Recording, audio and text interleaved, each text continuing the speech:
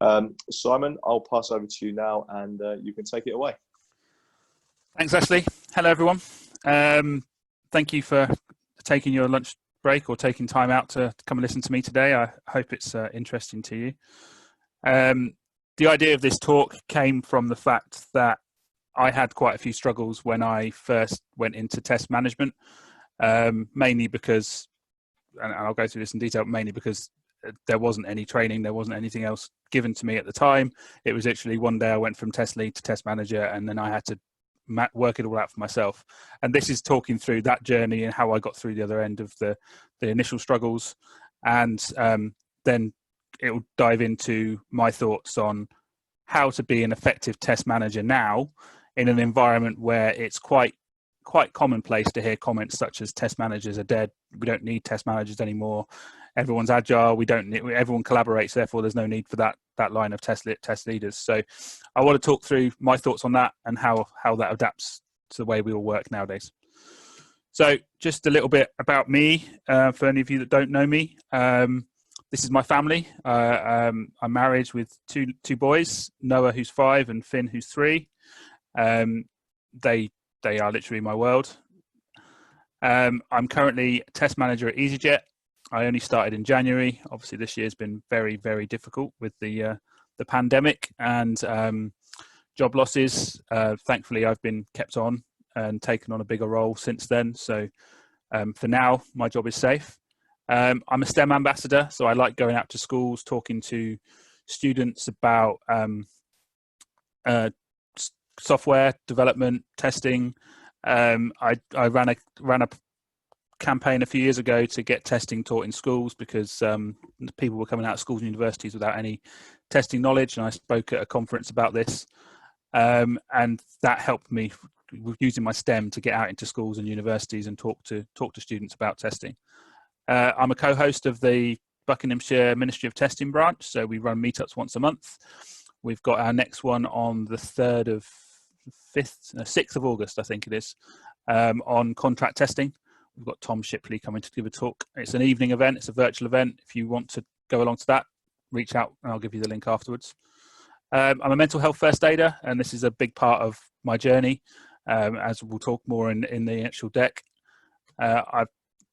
As mentioned before, I've spoken at conferences. I've actually got my first international gig this year, although it's now virtual, but I'm speaking at the Test Leadership Congress next month, which I'll touch on again at the end. And the other thing to mention is I've just recently launched a podcast called The Testing Peers with 3 other test managers, all from different areas of the country. I've physically never met 2 of them, but virtually we've been talking to each other for 2 or 3 years now, and we decided this year that we'd start a podcast between the 4 of us. So again, that's part of me. So before I became a manager, going back to how I started, I graduated from the University of Hull with a degree in computer science. I was looking initially for careers into computer forensics. When that didn't work out, I joined a graduate scheme at McAfee, the antivirus internet security company, and started as a developer. Development never really was what I wanted to go into. So even from a very early stage, I knew that I wanted to get into testing, into QA. So I started picking up more and more QA related roles within the scrums. I did scrum mastering for a bit. I became a build engineer for a bit. I dabbled with a few different things, but ultimately I could see that testing was where I wanted to end up. So I became a QA engineer in 2010, worked on several different projects. Didn't take me long to become a lead. I kept being told that I had people skills that a lot of the team didn't have. So that's why they gave me the lead position. And eventually as I say, I became a lead. I led 2 different teams, the anti-malware engine scanning team for a period of time where a lot of the team were offshore in India. So I was doing daily calls with the developers in the UK and the test team in India to sync everyone together and coordinate the testing process. And then I moved to our daily content release team, which was the team that released the anti-malware signatures out the door every day, and I became the test lead for that operations team there. I became the technical go-to for the testing on those projects. A lot of them, they would come to me before they'd go to the developers. I was the face of the testing at least, but I'd also be involved in a lot of the development and design discussions as well. As most test leads are, I was responsible for coordinating all our efforts. I was the one writing the test plans. I was leading the planning and estimation activities with the team. I was sorting the daily updates out for the management from the scrums and everything else that was going on. I was trying to advise the team on best test practices, etc. as we move forward. As I say, involved in the active testing activities. I was mentoring the team. I had quite a few at that point. I had quite a few new people in the teams I was leading, so I was trying to mentor them and give them the best skills they can to become good testers. And for at least the second team I was leading, I was the local contact as my manager was in the US. So I was the bridge between the leadership team, who were all based out of the US, some on the East Coast, some on West Coast, and the local development and test teams that were in Aylesbury in the UK. So I was the bridge, and I was doing a lot of interaction with the manager there as well. And then literally I got a phone call on a Friday. I'd already expressed that I'd like to go into management at some point, and that was not too in the recent. It was in the recent past from when it happened. So it must have been a month or 2 months max from my performance review, where I'd mentioned that I'd quite like the idea of management, and they said, well, there's nothing available now, but we'll keep it in mind. And then literally 2 months later, on a Friday evening, I got a call saying, yeah, we need you to become the QA manager for this team. But not only this team, we need you to be the manager for a new team being set up in Ireland on a different project, working in a different area of the organisation, but we want you to lead both teams. So I was like, right, okay. So I'm going from leading one team. So this is where I said I was in a technical hands-on role, focused on making sure the team was completing the activities properly and correctly and reporting that up to the management, to literally being hands-off, not being able to dive into the technical stuff, and focused on helping the teams build and complete their activities. That was literally, so overnight I went from being the person that was involved technically working through stuff to literally being the person people came to ask for time off, and learning what the role actually involved. But that first day was quite eye-opening. So as I say, I was asked to look after 2 teams in different countries. So I had the local team in Aylesbury that was working on the daily updates for the anti-malware products, and I had a team that was in Cork, Ireland, that needed to be set up from scratch, working on our URL reputation product, which literally scans URLs and tells you whether it's good, bad, or amber, and the database behind that. So by this point, the team I had in Aylesbury were quite long in the tooth, quite set in their ways. I'd brought in a couple of people that had made a big difference to the automation and the work we were doing. I'd just given someone the team lead position who I'd literally mentored from moving them across from India into the team, taught them everything they needed to do to become a tester. They become an SDET, and they'd eventually become the team lead as well. So I'd worked them through that, and I'd got them to a level where the team were performing at a good level. The second team I had to hire completely from fresh. So there was no team in place at this point. I made contact with the development manager who understood what the projects were that they would be working on, and started doing the hiring process. So straight away, I was being pulled in 2 completely different directions. So they needed different levels of support. Obviously, the team in place just needed sort of that continuous nurturing to make sure they were doing the right thing, giving them the tools they need to do the job, being the point of contact if they need reviews or anything else from me. Then the second team, I had to learn a whole new domain. I had to hire and coach a brand new team. So the interview process, I think I ended up interviewing, I must have done nearly 40 or 50 telephone interviews, and then face-to-face interviews, traveling to Cork from Aylesbury to go and do the interviews, make the offers, make sure the team had the right dynamics for what I needed, and move forward. And I had to change the mindset of the existing team, and because that transition from being a peer to being the leader was very eye-opening, because you had people literally overnight go from almost being best buddies to being very standoffish with you. being very distant with you, not sure whether they can trust you anymore because now you're a manager. So what's the relationship going to be? So I had to work very hard to change the mindset and prove to them that I was the same person. I just had additional levels of responsibility now, and therefore they had to give me that certain level of respect for that position. So I tried to balance these two responsibilities. To start with, I had five reports in Aylesbury and 5 reports in Cork. So I tried to divide my team evenly. So I'd sort of do one-to-one a day for 2 weeks, and then I'd rotate, obviously a rotation over the 2 weeks. So I try and split it up. I try and make sure that I could join the right amount of project meetings or work meetings so that I was there for the teams in both scenarios. I started delegating some of the testing work that I had left over from when I was a lead to enable me to focus more on the people role and managing the people, doing the team building, doing the one-to-ones, ensuring that I had the right foundations in place to build the team. I was now seen as the key decision maker from two different areas of the industry, of the business, from a quality perspective. So from the anti-malware signatures and from the URL reputations, I was the person, because McAfee still very much worked in a model at this point where quality was owned by the QA teams, and therefore the QA manager was head was on the blocks if it was a quality perspective, from a quality perspective.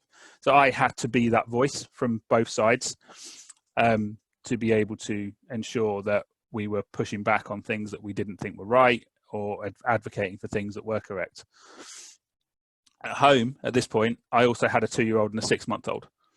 So my life wasn't simple in one scenario and complex in the other. It was full on in both the day job and the home life. I had to get used to the fact that as much as I love testing, and testing is a hobby of mine, it's a passion that exudes every conversation I have about work or outside of work as well. It has a big impact on my life, full stop. I had to stop physically doing active testing, and that was hard because I really enjoy the active testing, or the exploratory, the investigations, but I had to move back a level and let the team do that, try and guide them and coach them to be able to do that. So therefore that involved more delegation. I had to be involved in more high level planning and leading the process improvements rather than being the ones actually doing it. I had to do more coaching and supporting, and don't get me wrong, I love the coaching and supporting side of a manager's role, and I'll touch on a bit more of that a bit later on, but that was new to me at the time. And I had to ask more questions from the beginning to try and ensure that testing had its feet under the table early on in projects so that we could start making the improvements and doing the work we needed to do. So I also, one of my big agenda items was to show both teams that testing is more than just executing a few test cases. There's so much more with the question asking, with the querying, we're getting involved in requirements and assessing the requirements for testability, and looking across the whole project end to end as to where quality can be built in earlier and preventing defects rather than detecting them later. That whole model was something that was a bit of a mindset shift, especially in the way McAfee was working at that point. So I had to try and change that mindset, and that was quite a journey. I'll just talk about the team I had that I was the lead of. This was probably the hardest thing I had to deal with at this point. So I had resentment from one because they had gone for the man that they had, apparently I heard afterwards, requested to be considered for any management positions at the same time. And they obviously didn't get it. 2 started treating me very formally. And when I say formally, I mean literally I walk over to their desk and they'd stand up and talk to me. Whereas before it was just like 2 friends, but literally from taking this role on, they started treating me as if I was some kind of royalty or something. They'd stand up every time I walked to the desks. They'd thank me. It was very strange, very surreal, given that 3 weeks before or 2 weeks before I was working with them. I struggled to make that shift in some cases from colleague to manager, especially some that I'd become quite good friends with, the one that I'd helped coach and mentor and given them the lead position. I treated them as a friend, and I now had to treat them as a direct report. So that was quite a difficult relationship to build at that point. I had 2 resignations within the first year. One of them was the one that resented me from the start, and one of my very technical aesthetes decided to leave as well. And it's very hard at that point to not take it personally. Have I done something wrong? Did I say the wrong thing? Did I do the wrong thing?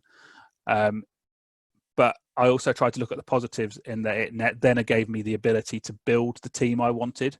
So I was able to rehire. I was able to hire two people in that I wanted to hire, that I'd gone through the interview process, and I decided along with the team on who were the best fits for what we wanted as a team. So I was able to build my own team and mold them the way I wanted to. With the new team, I had to straight away start building rapport with the new dev manager, the dev manager I'd not worked with before, who was based in Cork as well. So I regularly went over to Ireland once a month to spend time with him, spend time with the new team that I was building. I say interviewed about 20 candidates face-to-face for the 4 junior positions. I hired three very passionate candidates who had no experience to testing. So this was one of my goals, was to bring people in to testing that hadn't previously looked at testing as an opportunity. One in particular was really nervous, really unsure of himself, but really he had the right attitude for what I wanted. And actually he's proven to be a very, very successful tester. As I say, I was traveling to Ireland every month. I was having video calls with the team every day.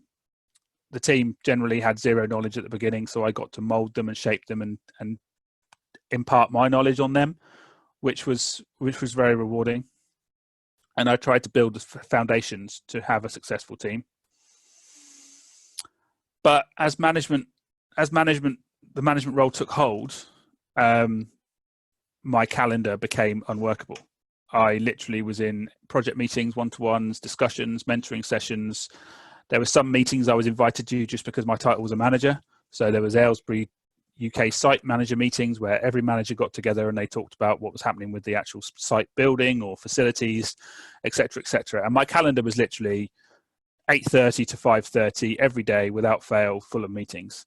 And I had to start working out how I would actually get any work done on top of that, because there was still a demand that you needed to finish documents of some kind, whether it be approving test plans, etc., etc. There was other tasks that needed to be done other than the meetings that were there all day. This meant the work happened in the evenings. Now, as I mentioned earlier, I had 2 young kids at home at this point that required my attention. My wife was at home with them 24/7, so I needed to be able to give her a break from them as well. So work would be late evenings. So I'd literally spend an hour or so with the kids. I'd have my dinner, I'd put them to bed, I'd then start work. So we're looking at 8:30, 9 o'clock, and I'd be doing 2, 3, 4 hours of work most evenings just to keep on top of the stuff that I wasn't able to complete during the day. So this battle between family time, work time began. One thing that really was key though, although the battle was on between family time and work time, I was really enjoying the management side of my role now. I was loving the ability of being able to coach and mentor and build the teams. I was trying to build this culture of quality across the organization, so not just within the test teams, but the wider teams as well, so that they'd thought about quality earlier on.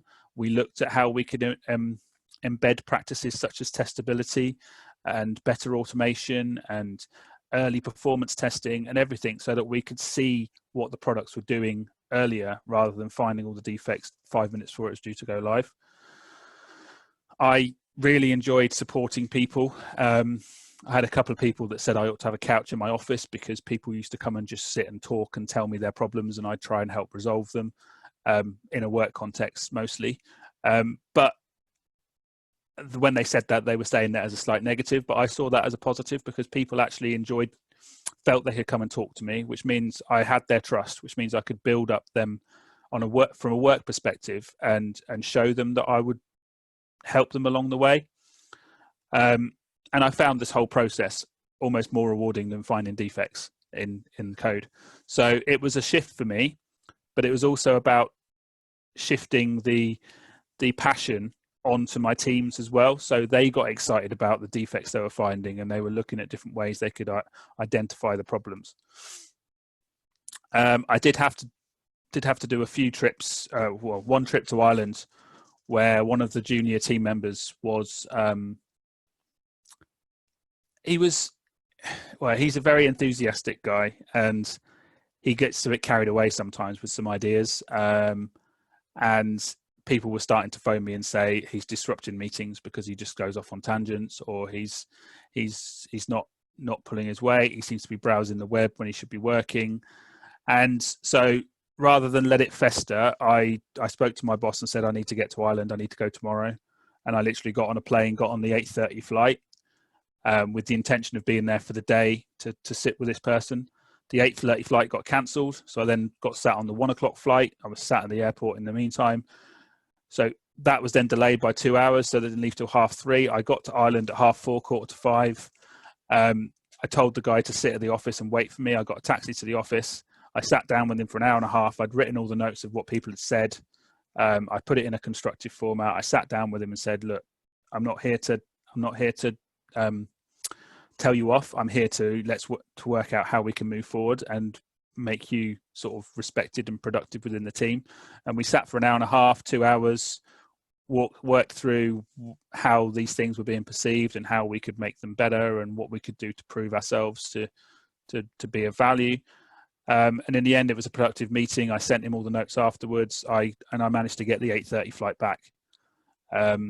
So it was a long day, but I think it was a worthwhile day. And since then, there'd been before I left McAfee, there was no problems with that person in the team. I had to deal with some infighting within the local team. There was a couple of people in the team that just didn't get along, despite the early signs that the team were going to work well. And they got to a point where they'd shout across the office at each other. So I had to then start pulling them into rooms and talking to them both and calming it down and working out how we're going to solve the problem. And this tough talking thing is another thing that's not taught to you before you take on a management role. Luckily, I'd done a crucial conversations course off my own back, and I'd understood how best to talk to people and bring them down from their emotional highs and constructively talk to them about how we're going to resolve issues. But this was one of the things that started to impact my mental health and the stress. As the bottom there, I was beginning to feel anxious about having those conversations. I'd be pacing in the morning before I went into the office because I knew I had to have this conversation with someone. I'd be overanalyzing it in my head. I'd be thinking through worse scenarios, and it just started to impact my thought process. I was having to also bat away additional requests because my team was starting to make good progress with the work it was doing, starting to get recognized. I therefore was getting requests from teams outside of my organization that needed my help or wanted me to coach them on the quality processes and stuff. And I just didn't have the time to look at it. So I had to start batting stuff away. I quickly learned to just nip things straight away rather than letting them fester or letting them escalate. And that includes the requests. The requests, if you didn't respond straight away, you'd get 2 or 3 more from the same person. And I just had to blanket say, no, for now, my team's full. I can't do anything else. It was starting to get to a point where I realized that I was doing too much. So the day-to-day work was full on. The work emails became my social media. So I would literally I had them on my personal phone. And if I woke up in the night, the first thing I checked rather than Facebook or Twitter would be my work emails. And I'd be responding to emails because with the McAfee being a US company, there was always emails to respond to. And the sooner you responded to stuff, the sooner things got actioned. So I felt an obligation that if I'd read the email there and then, I'd have to respond to it. I was getting complaints from my local team that I wasn't spending enough time with them because I was focusing on the Ireland team, trying to get them set up correctly. I was running a local test meetup, as I mentioned at the start, once a month physically in the McAfee office. So I was also coordinating speakers and sponsors and food and everything else for those events. I was leading the UK volunteer project on internet safety at McAfee. So I was leading volunteers going out to schools and talking about internet safety to students from 5 up to 18. So I was coordinating that as part of my day job. And McAfee were very good at wanting us to do that as part of our role. But the other work didn't stop. So I had to try and juggle when I was leading those projects and when I was working on the work with the team. I got myself to a point where I was obsessed with listening to podcasts about testing and leadership or doing online courses or watching online talks that I had a podcast playlist of 30 or 40 episodes of different podcasts all put together that I was trying my hardest to get through. And my journey to work was only a 10-minute drive. So I wasn't getting through many of them on my journeys. So I'd be listening to them while I was washing up with headphones in at home. I'd be listening to them in the office when I was working, when I was sat at my desk, but obviously being disturbed every 5-10 minutes by someone coming to ask me a question. So I never got solid time to listen to things. So I'd be catching bits here and there to try and get the learning done. And it felt like I was doing it just for the sake of doing it rather than getting anything out of the learning. And then I was still a husband and a dad at home as well. So I was trying to get that balance right, and I was getting it very wrong. And it all came crashing down. I ended up in A&E. I was sat at the breakfast table one morning, and well, I'll start with it. I was working all hours, as I mentioned earlier. Work became my social media. I was working till midnight, 1 o'clock in the morning. I was going to bed. I was responding to emails as they happened. I was getting up and going to work again. I was doing my best to try and be everything everyone needed me to be. So whether that be at work or be at home. The comments started coming out of my wife saying she was worried about me, that even when I'm present in the house, I wasn't really there. I may be there physically, but I wasn't really paying attention to the kids, or wasn't really paying attention to what she was saying. And I collapsed. I was sat at the breakfast table one morning with the kids, and I collapsed. I hit the table on the way down, blood streaming down my face. My tongue got stuck down the back of my throat. My wife had to get my tongue out while she was ringing the ambulance. I spent the day in A&E, and they basically decided at the end of the day it was all due to stress, and I needed to take some time to get myself right. So I ended up taking a couple of weeks off. At this point, I did the mental health awareness course, mental health first aider course, to get myself in a better place and to understand the signs so that I could recognize it in myself, but also in others at that point. I removed work emails from my personal phone.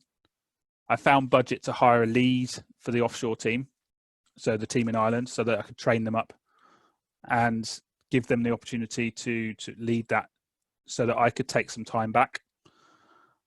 I reduced my external commitments, so the test meetup stopped for a while, as I at that point was the only host. So I stopped it for 6 months or so, just while I got myself together.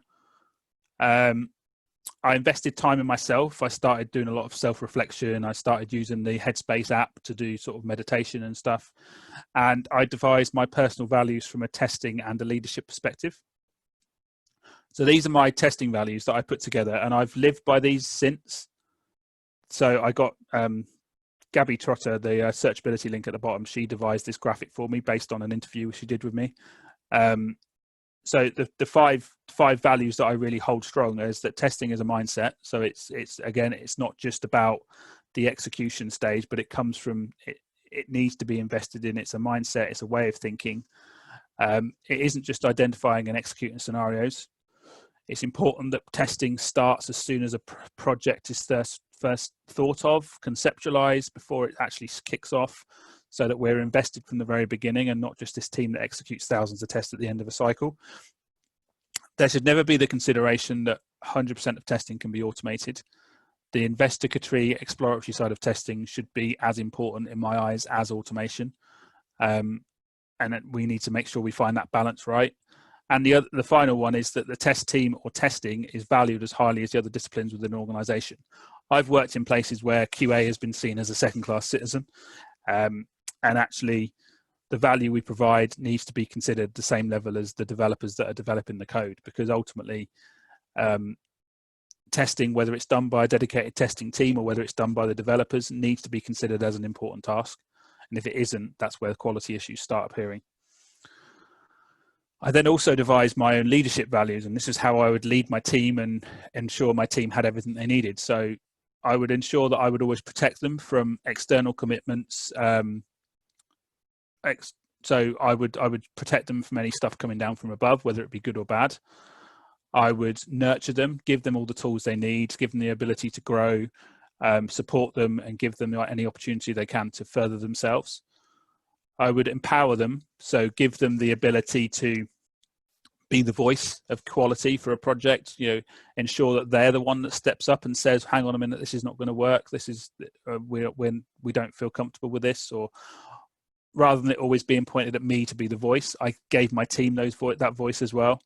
And the final one there is to evangelize. So I would shout about any success the team had, anything any of the team members were doing, to give them the feeling of me being their biggest cheerleader, which actually, that was the thing that people always said to me when I left McAfee was, we're going to miss this person that cheers for us, that looks after us, that shouts about what we do. So those are the ways that I tend to try and build my team and lead my team. So then I used my values. So I decided at that point that the way McAfee was going was quality wasn't being considered in the same way anymore. They were focusing on this idea of automating everything. And I felt like my voice was getting quieter and quieter. So I started looking for an opportunity to change roles. I found a role which I felt, to start with, it sounded perfect for how I could impart my knowledge and improve things. It was a very waterfall environment, a very regulated environment, where teams testing was only seen as an activity at the end of a project. And I felt this was a perfect opportunity to try and change the mindset and build a culture. And I was able to do that quite quickly. I managed to get a space at an all hands meeting literally within my first month across the whole of technology, where I talked about the importance of quality and the culture of quality that needs to be built across the organization. And I started having discussions about testing with key stakeholders, with architecture, with technology, with business teams, to try and show the importance of having us involved earlier in projects. I redefined the test strategy to talk about this shift left process of having us involved at the requirement stage and looking at testability and building out our automation and involving us in discussions early. Within the first 6 months, I became the go-to guy for any testing questions. So I was there as a program test manager, but I was leading a lot of the testing initiatives. I was defining new metrics. I defined this testability model that meant all requirements had to go through this testability model before we would even start building our testing. And very quickly, the process was starting to focus on what we need to do to make sure we're at the highest level of quality before it gets to us. So the business was starting to look at that differently. I was coaching and mentoring this team in the more modern test practices, trying to encourage them to look at exploratory testing, because, as I say, it was very much testing only got involved once the code was complete. They'd then run their 3,000 manual tests, which took them 3 or 4 weeks, and then they'd sign off and write a 30-page test completion report to discuss the results with stakeholders. And I tried to change that within the business, but it got to a point where I didn't feel like I fitted in the organization. There was I loved the team. The team, I worked really well with the team, but there was a few political issues that I didn't feel like I was being given the fair rub of the green to improve things any further. So I made the decision that for my own mental health and for my own well-being, I would move on to another role. And that's where I ended up at EasyJet. I'm not going to go into the EasyJet role at this point, but so what did I learn from all of this? That moving to management should not be seen as a promotion. You are effectively moving into an entry-level role in a different career. The only thing you've got on your side is, if you're moving into a test management role, you have some testing knowledge. But apart from that, you are moving into an entry-level position again. So this, and McAfee did this to me as well. They were promoting me to the manager, and I took that as I've been promoted. I'm now the manager of the team. Actually, I needed to be shifted onto a different career path, and that wasn't clear at the time. It felt like I would then be the expert in testing, but actually that wasn't what I'd be doing at all. I would be looking after the team while they were the experts in testing. Be aware of the expectations you're setting. So no boss is ever going to tell you you're working too hard, or query why you're answering emails at 2 a.m. and that you shouldn't be doing that.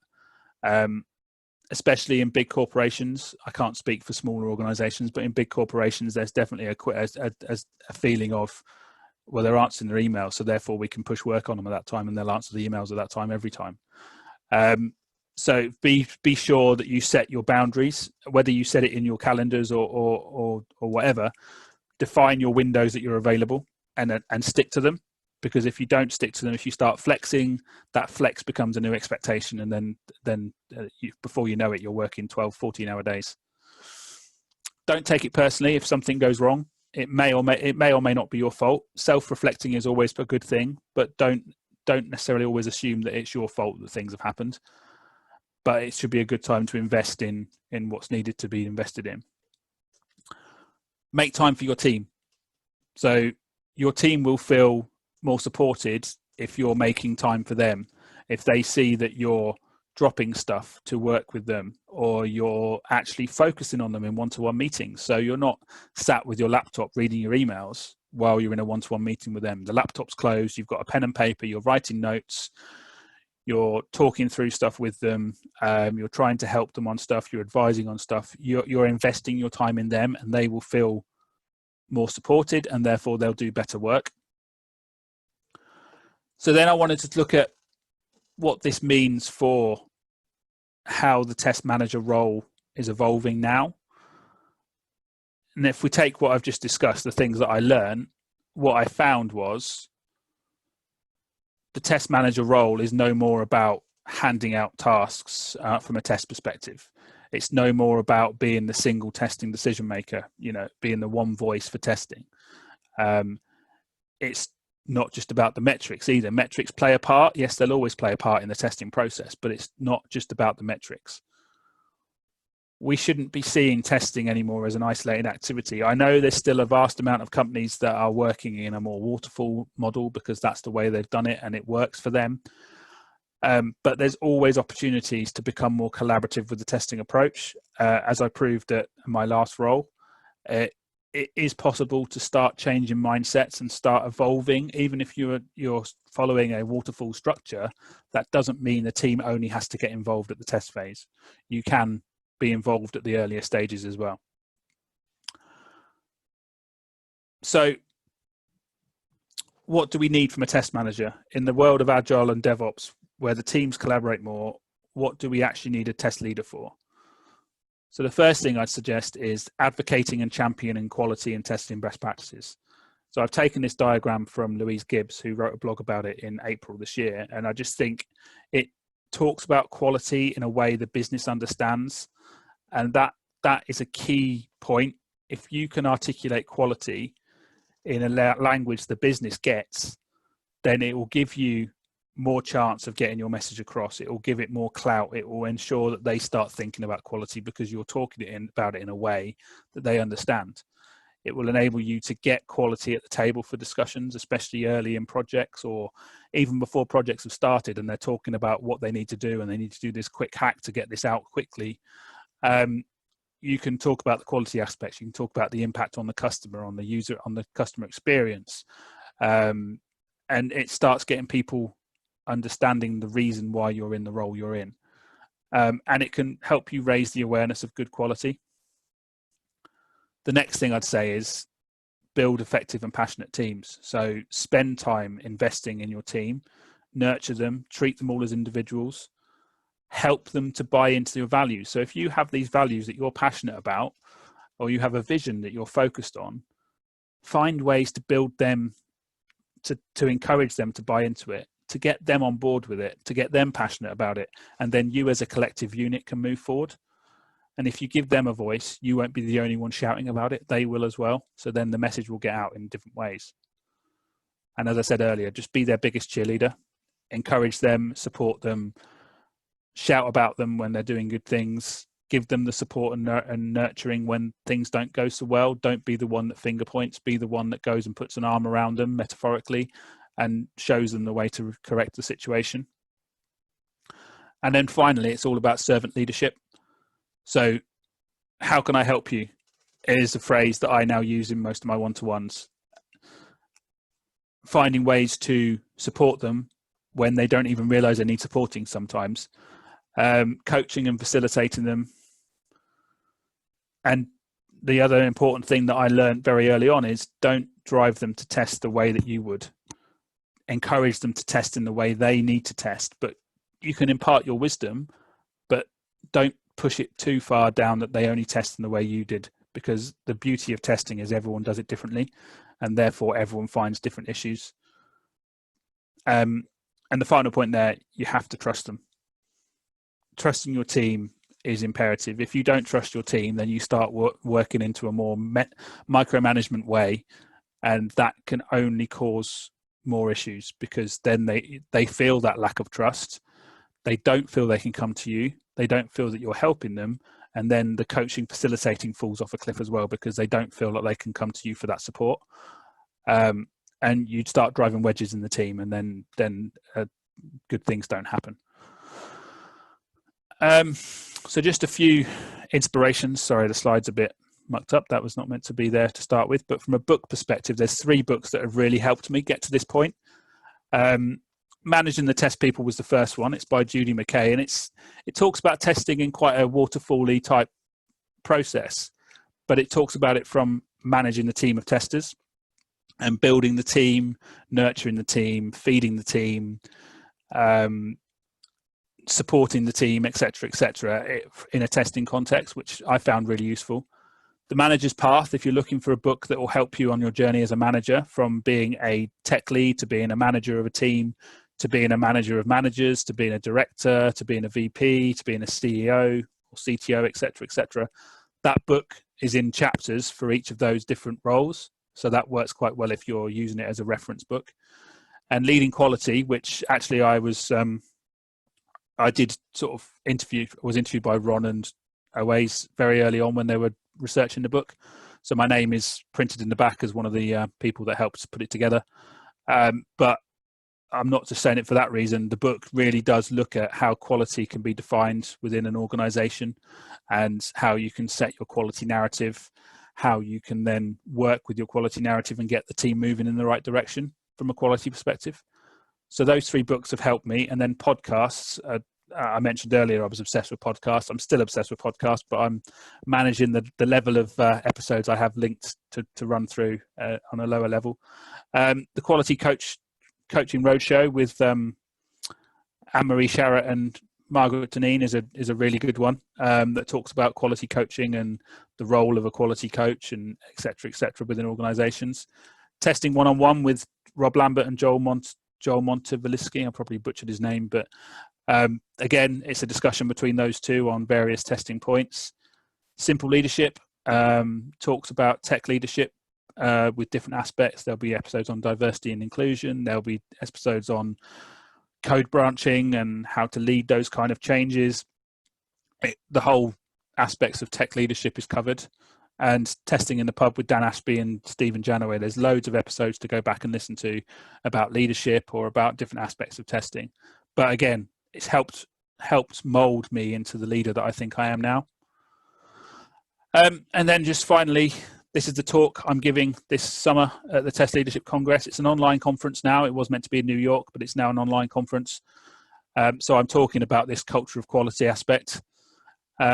And the other thing I'm going to plug again is my podcast, The Testing Peers. We just recently released an episode on CVs and how we as test leaders, what we look for in CVs, or how we would shape a CV, and the application process when applying for jobs, which I think for a lot of people is quite relevant now. And that's it. That's all I've got to talk about. I'm sorry, Ashley, if I've overrun slightly. I've not got much time for questions, but I'm happy to take some questions if people have got them. No, sure. I think we're fine. We've got a couple of questions in the chat box now. I'm not sure if you can see those. Yeah, I've got the chat open. But also, if you are short on time as well, for anyone that does have questions, just pop them in the chat function. If we get around to answering them now, we will do. If not, we can come back to that at a later time and post that with the recording as well. Yeah. So the first question, did you head out with the plan of building up a team from a pool of non-testers so that you could mold them to your needs? Yes, I did. As I mentioned, I'd got this hashtag. If you look for hashtag make a tester on Twitter, the talk I did at a conference was if universities won't help us, how can we hashtag make a tester? And it was looking at being a university student myself and having no testing content at all in my degree, how do we get to a place where people come out of university with testing knowledge? And if they're not going to help us, what are the aspects we look for in testers to then be able to train them up from scratch? And it was I reached out to the social media platforms to ask what people looked for in testers, or what were the key skills. And it was all soft skills. It was passion, it was curiosity, question asking. Technical ability came lower down the list than I thought it would. But it was really just looking at what are the key skills. So therefore, what do I want to look for when I go out to graduates to hire into my team? I looked for those key skills of curiosity and passion and ability to learn things relatively quickly, etc., and just built out the aspects I needed, and then went out to find the candidates I wanted to interview. Found a few candidates, brought them in, and then literally got to almost do a testing 101 with them. Pointed them at Ministry of Testing, gave them dojo membership so they could go and learn stuff. Coached and mentored them as much as possible, just to try and give them the support they needed. And I think I did a relatively good job of building that team up. But yes, I did go out originally with the intention of hiring people that hadn't got a testing background. At the newer company, did you find you had too many pies? Yes and no, maybe not quite so many. Maybe this summer with the pandemic, I have found myself wanting to do a lot of these lunchtime sessions, wanting to speak with the community, wanting to do Ministry of Testing virtual coffees with people that are in the channel, so having a coffee discussion with them. And that sometimes has flowed into the evening time as well. So I'm certainly, this summer's been quite difficult as far as the workload has ramped up, because most of my team's been on furlough, but I've still wanted to do the lunchtime sessions. I still wanted to record the podcast in the evenings. So it has started to take hold again, but I've known my limits, and my wife's been very good at pointing out when she thinks I'm reaching my limits as well. So between us, we've managed to curb that as much as possible. So I won't say it's too many pies at this point, but there's definitely more than one. Have you sought out a coach or mentor for yourself? Well, I haven't specifically reached out to a coach or mentor, but the Testing Peers started as an online Slack group between the four of us, where we would discuss things we were struggling with at work. We'd hold each other accountable to stuff. And that's how we've built the relationship, is that we've almost been each other's coach and mentors and support groups. So between the four of us, I think there's probably actually 7 or 8 of us in the Slack channel, but we've kept it deliberately small so that we can share ideas on a personal level, and nurture those relationships with each other. And it evolved into this podcast, and we still have the Slack group. We still talk on the Slack group every day, between the four of us at least. So that's been my coach and mentor model. And there's been other people in the industry I've reached out to at different points, especially this summer when I started having to potentially look for roles myself. There were certain people in the industry I reached out to get some mentoring ideas from, or to be coached on how to make certain elements of my CV look right for the type of roles I was looking at.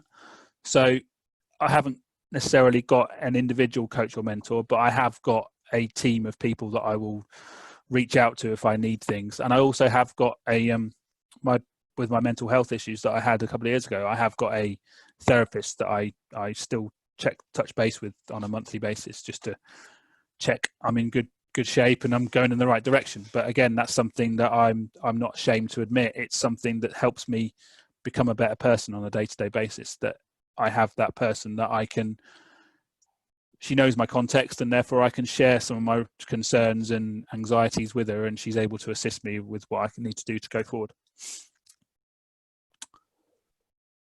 Excellent. I think that's it for questions now, but thank you very much for that, Simon. A really good insight into your journey, very personable as well. So I think a lot of people will appreciate yourself, obviously, with the honesty and opening up there as well.